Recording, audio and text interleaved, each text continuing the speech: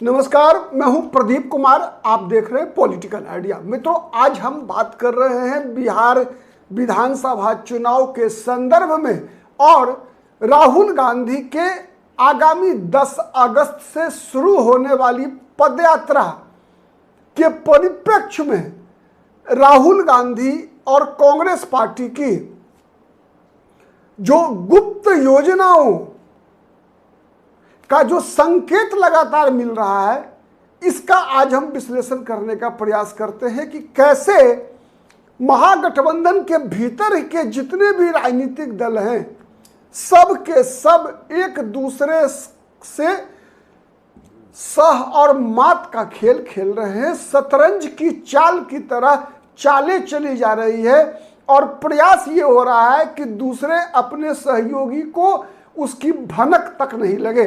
मित्रों, आज एक रहस्योद्घाटन हुआ कि राहुल गांधी बिहार में जब पदयात्रा करने वाले हैं 10 तारीख को, उससे पहले ही बिहार में एक नया नवगठित राजनीतिक दल है, भारतीय इनकलाब पार्टी IIP, और इसके सुप्रीमो हैं IP गुप्ता।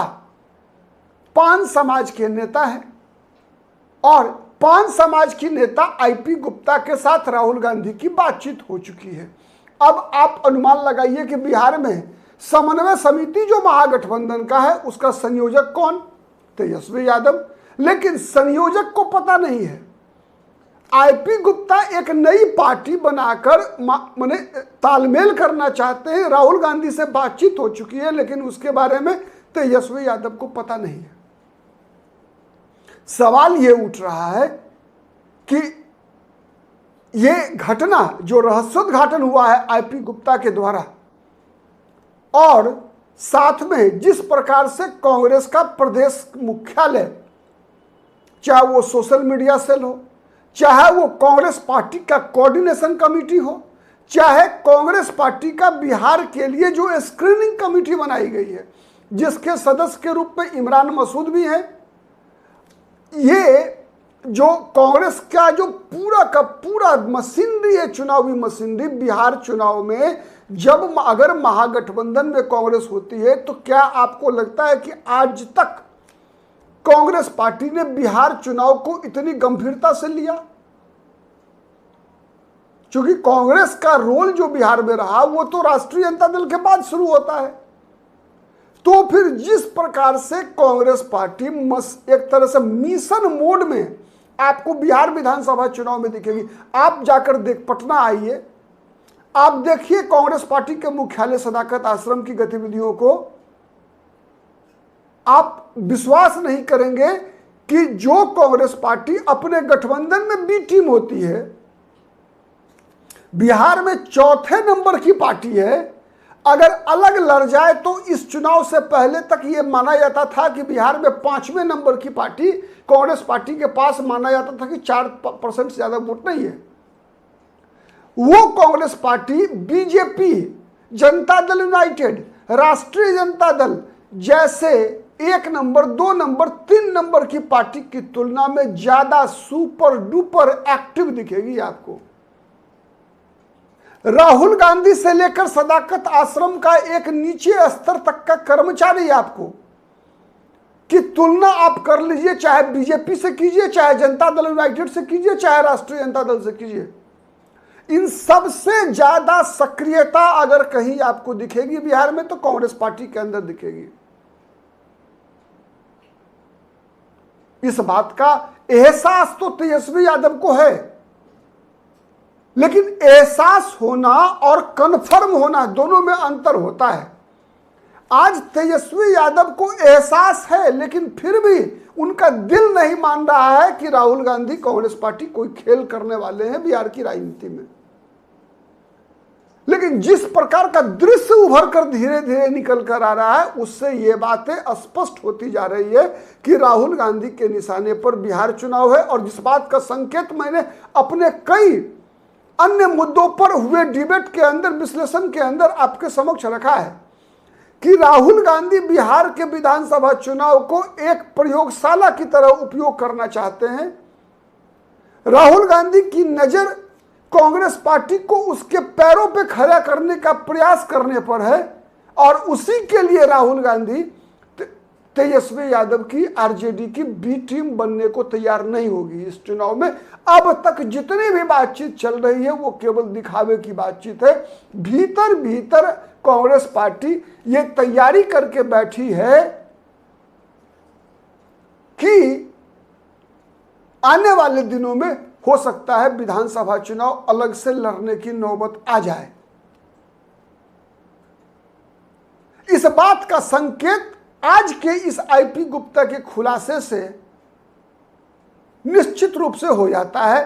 कांग्रेस पार्टी के बिहार प्रदेश मुख्यालय की गतिविधियों को देखकर हो जाता है और जिस प्रकार का स्टैंड राहुल गांधी लगातार ले रहे हैं विभिन्न मुद्दे पर। आप देखिए, एक दिन पहले तेजस्वी यादव की घोषणा होती है पदयात्रा की, राहुल गांधी का कार्यक्रम निकल कर आ जाता है, तेजस्वी यादव का कार्यक्रम अभी तक तैयार नहीं दिखता। मतलब प्रतियोगिता जो है तेजस्वी यादव और राहुल गांधी के बीच है बिहार में सबसे मुख्य विपक्षी शक्ति बनने का। और विपक्षी शक्ति को अभी आप केवल पिछले विधानसभा लोकसभा चुनाव में वोट बैंक और वोट परसेंटेज के गणित से मत देखिए, क्योंकि चुनाव लड़ा जाता है परसेप्शन से, चुनाव जीता जाता है परसेप्शन से। परसेप्शन खराब तो चुनाव का परिणाम खराब हो जाएगा। इसका सर्वश्रेष्ठ उदाहरण है महाराष्ट्र का चुनाव। लोकसभा चुनाव में वहां बीजेपी भो हो गई थी, साफ हो गई थी। विधानसभा चुनाव में परसेप्शन क्या बना? परसेप्शन बना कि महागठबंधन के अंदर आपसी तालमेल का बहुत जबरदस्त अभाव है और ऐसे कई अन्य चीजें थी जिसका असर पड़ा वहां पर। लेकिन एक सबसे बड़ा अंतर पड़ता है परसेप्शन का। तो बिहार का परसेप्शन क्या है? बिहार का परसेप्शन यह है कि एक बहुत बड़ी आबादी जो पहले माई समीकरण के तहत आरजेडी का वोट बैंक हुआ करती थी, वो तेजस्वी यादव को अब मुख्यमंत्री के रूप में नहीं देखना चाहता। वो वर्ग चाहता है कि तेजस्वी यादव का कोई विकल्प मिले उसको। मैं मुसलमान मतदाताओं की बात कर रहा हूं। कई ऐसे संकेत हैं, पिछले लोकसभा चुनाव के परिणाम को संकेत मान लीजिए आप, उसके बाद के भी कई बयान नेताओं के आप देख लीजिए आप। मुस्लिम मतदाताओं, मुस्लिम नेताओं के लिए पहली प्राथमिकता अब आरजेडी नहीं है। वो विकल्प ढूंढ रहे हैं और यही विकल्प ढूंढना राहुल गांधी के लिए एक इशारा है। दूसरा मामला, लोकसभा चुनाव के दौरान जिस प्रकार से दलित नैरेटिव, संविधान पर खतरा, बाबा साहब भीमराव अंबेडकर, ये नैरेटिव जिस तरह से राहुल गांधी के फेवर में काम किया, सफल हुआ, उससे भी राहुल गांधी उत्साहित है। इसीलिए एक सवर्ण जाति के प्रदेश अध्यक्ष को हटाकर राहुल गांधी ने एक दलित समाज के व्यक्ति को प्रदेश अध्यक्ष बनाया। तो ये कई चीजें वो आने वाले दिनों में स्पष्ट होगा। लेकिन अब मानकर चलिए कि मात्र 2 से 2.5 महीना बचा हुआ है बिहार विधानसभा चुनाव में। यह बात बहुत जल्द स्पष्ट होने वाला है कि महागठबंधन का स्वरूप क्या होगा, महागठबंधन में कौन कहां रहने वाला है। क्या तेजस्वी यादव वाला महागठबंधन होगा या राहुल गांधी वाला महागठबंधन होगा? यह भी संभव है। यह भी संभव है कि मुकेश सहनी, आईपी गुप्ता ऐसे राजनीतिक दल राहुल गांधी वाले महागठबंधन के साथ तालमेल कर ले, तेजस्वी यादव अकेले पड़ जाए, उनके साथ सीपीआईएमएल हो सकती है। तो कई संभावनाएं हैं और इन संभावना अभी बननी शुरू होगी। और ये चुनाव के प्रथम चरण के नामांकन से एक दिन पहले तक चलती रहेगी बिहार। उसका पिछला चुनाव भी याद कीजिए ना, किस प्रकार से बिहार में चुनाव एकदम रंग बिरंग के फूल खिलेंगे आपको, और कौन सा फूल किस पेड़ पे, किस भगवान के यहां चढ़ेगा कहना मुश्किल है।